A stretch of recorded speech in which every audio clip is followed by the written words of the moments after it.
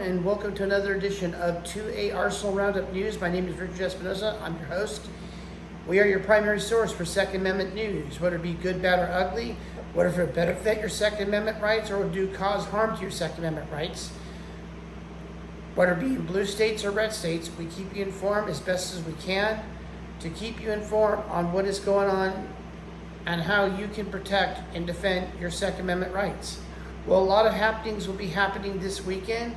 For those of you who are be traveling into Utah or live in Utah, or if you live near the Salt Lake City or you're planning on visiting Salt Lake City this weekend, please stop by to the Gun Rights Policy Conference, which is hosted by the Second Amendment Foundation. You'll have many Second Amendment right activists that will be there, including the NRA Executive Vice President Doug Hamlin, who, may I add, is doing a great job rebuilding the NRA, and I'm hoping that he will continue to do the good work that he's doing, and hopefully we can regain new members with the NRA, because again, I know there has been a lot of distancing from the NRA, especially for many gun owners such as myself, because I am a life member of the NRA, and I kind of turned away from them for a while. But after seeing what Doug Hamlin has been doing, I'm hoping that he will continue to do the good work again, so I can donate to them again, because as we need as many gun rights organizations as possible. The more we have, the better and more powerful we can be against those who want to destroy our Second Amendment rights. And also be there will be Jarrett from Guns and Gadgets. If you follow Guns and Gadgets on a daily basis, you will learn a lot of important information from Jarrett. And also expected to be there is the likes of possibly Eric Pratt and other members from Gun Owners of America. So there are going to be a lot of great Second Amendment influences out there. And from what I also understand, that Mark W. Smith from Four Box Diner is expected to be there as well, if I'm not mistaken.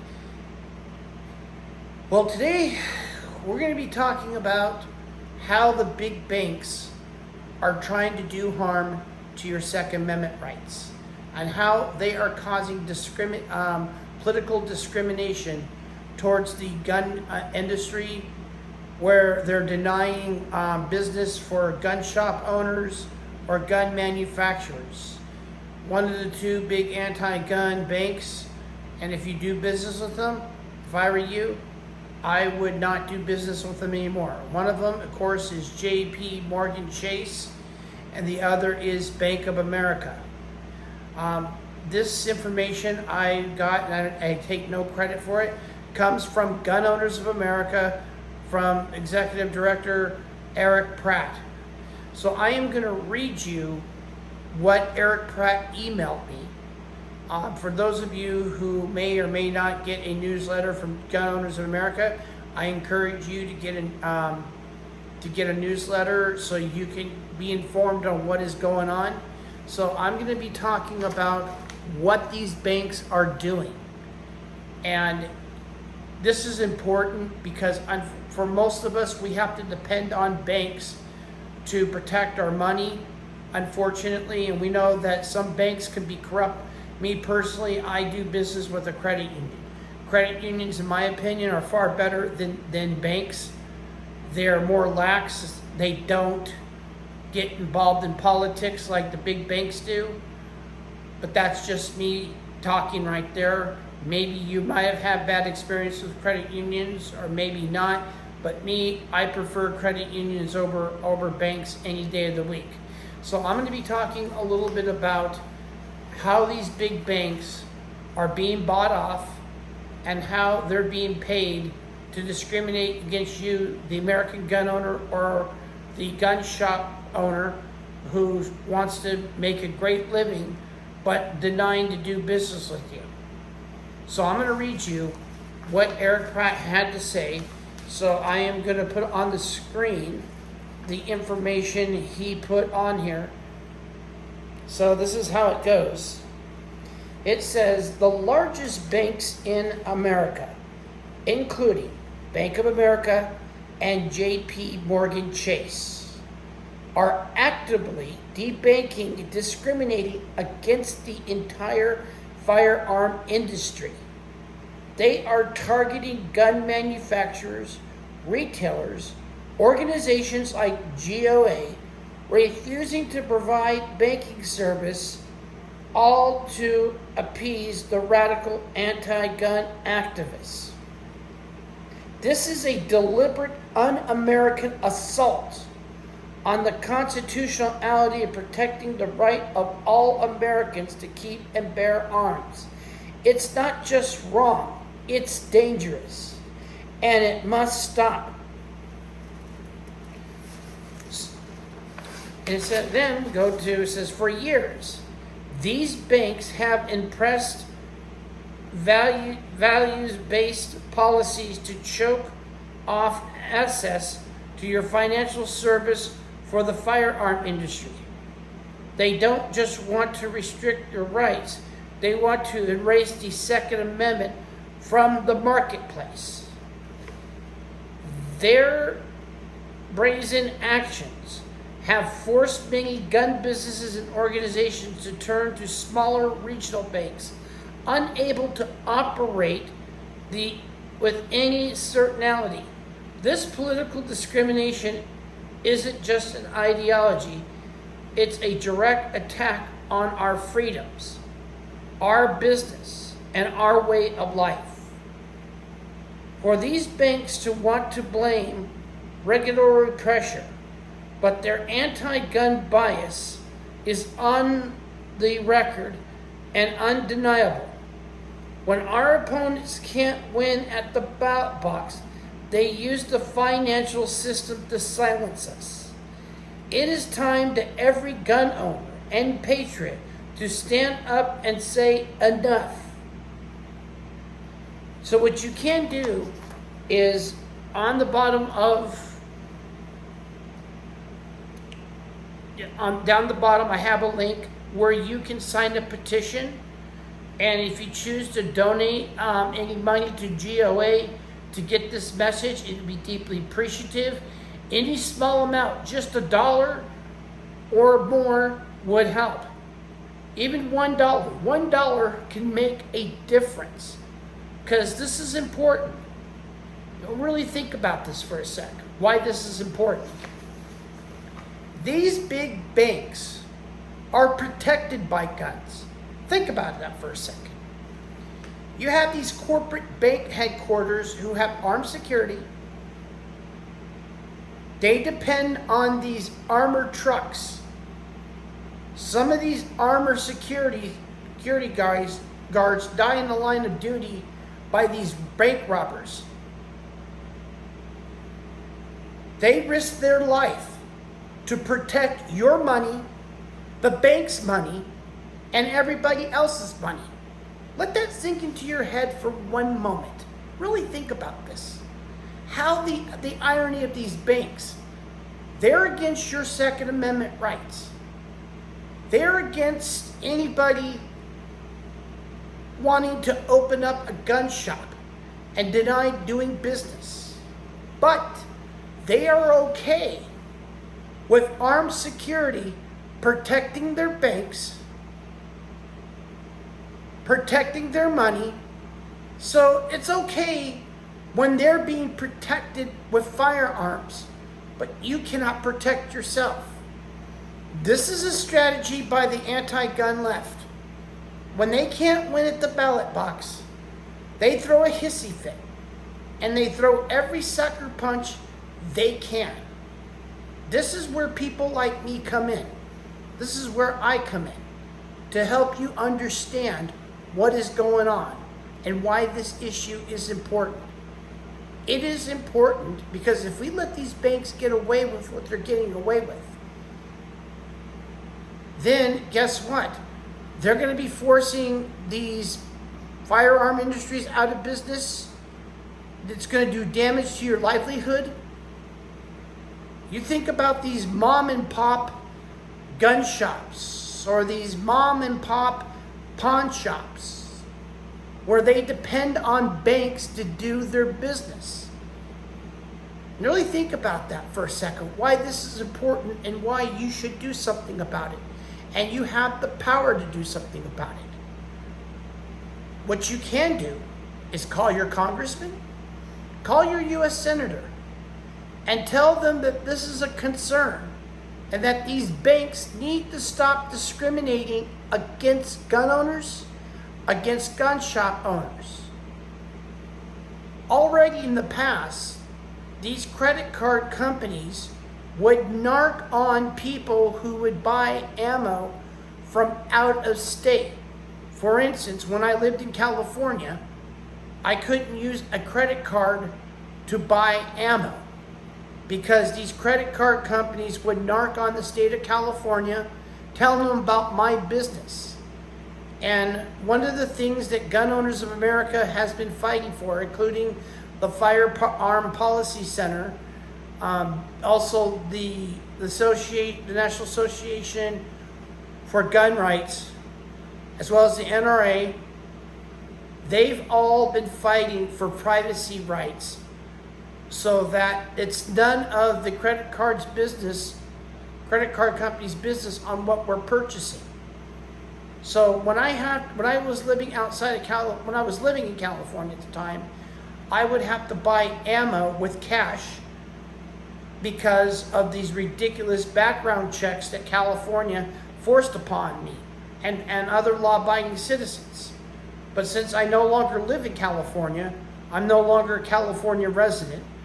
I will hopefully soon be moving to Arizona. Currently, I'm a South Dakota resident, but I will be moving to Arizona. Right now, I'm with my mom temporarily. I'm going to be getting ready to move soon. I have a job aligned waiting for me. But for the time being, this is what I'm doing to keep people informed so that you know what's going on. And hopefully in the future, my podcast will grow, but I can't do it without your help. So any support that you can give me by just giving a like, make sure you tell your friends about me, make sure you tell like-minded people who eat, sleep, and breathe the Second Amendment and the Constitution. Tell them about me so that I can get the likes so I can continue doing what I'm doing. Because this is what matters to me, and this is why it's important to me. Both as an American citizen, both as a gun owner, and even yes, as a journalist. Yes, I am a journalist. But as a journalist, I know the most two important things that protects our rights. Our First and our Second. Because without a Second Amendment, you don't have a First Amendment. Unfortunately, you have journalists who don't understand that. But then on the other hand, you have journalists that do. One of them, of course, is John Stossel, who is a staunch gun owner and a journalist. And of course, Sean Hannity is also a gun owner and a staunch supporter of the Second Amendment. And of course, there are many others who are also supporters of gun rights. But most of them are in the independent media circuit. But you have the big media like ABC, CBS, and them who besmirch your Second Amendment rights. But yet they are the ones who hire armed security to protect their news stations. So they're okay when it benefits them, but they don't trust you. Journalists should never be biased towards gun owners. Never. They should report when a law-abiding citizen uses a firearm to protect themselves. So that way people are informed to understand why the Second Amendment matters. But unfortunately, you have some media circuits who are being bought out and being paid for by these gun control groups to get them to lie about the Second Amendment. They only talk about the school shootings, but how often does the news media talk about when the law-abiding citizen successfully used a gun to protect their family. The problem with that is that these gun control groups, they think it's unnecessary to protect your family and your home and your livelihood. Well, I worked hard for everything I worked hard for, and I will be damned if anybody tries to rob me. I will protect my home because it's my castle. I will protect my family, whether it be my mother, whether it be me, my sister, my nephew, or whoever in my family. I will defend and protect them if I need to and if I have to. We all know it's the last resort, but it's important that our Second Amendment rights are respected, but above all protected. And that is why you should make sure who you do business with as far as banks go. A lot of these banks who could be secretly anti-gun and you don't know it, but yet again will deny your business if you own a gun shop. But let's say if you want to make a gun purchase online, let's say you want to purchase ammo, and it's legal to do it in the state that you are. What would it be like, for example, Wyoming or Arizona or in South Dakota? Of course, I lived in Wyoming and South Dakota, where it's legal to buy ammo online. And then you use your credit card, and then your credit card company will say, we don't allow purchases for buying ammo. What business is of theirs? Seriously, what business is of theirs? You have a right to pay to use your credit card as long as you're going to pay it back, right? So what's the harm? But it's because these credit card companies and these banks are being bought and paid for by these gun control groups. They're being bought and paid for by the Brady Campaign, the Violence Policy Center, the Southern Poverty League, and the Moms Demand Action, and Bloomberg's Every Town for Not So Gun Safety. The list goes on.